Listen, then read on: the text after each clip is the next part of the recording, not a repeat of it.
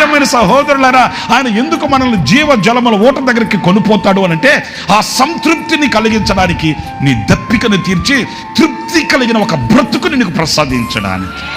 హల్లెలూయా.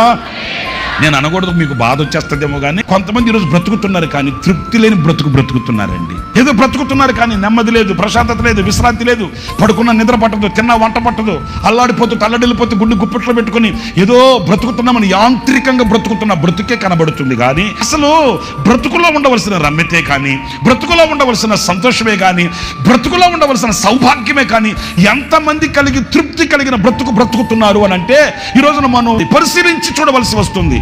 ఎందుకనంటే ఎవరైతే ఈ నీటి ఓటల దగ్గర బ్రతుకుతారో, ఈ నీటి బొగ్గర దగ్గర జీవించి నడిపించబడుతున్నారో, వాళ్ళకి మాత్రమే ఈ తృప్తికరమైన బ్రతుకు కనబడుతుంది. కానీ మిగతా కేటగిరీ మొత్తం కూడాను బ్రతుకుతున్నట్లుగా కనబడిన తృప్తి లేని బ్రతుకు.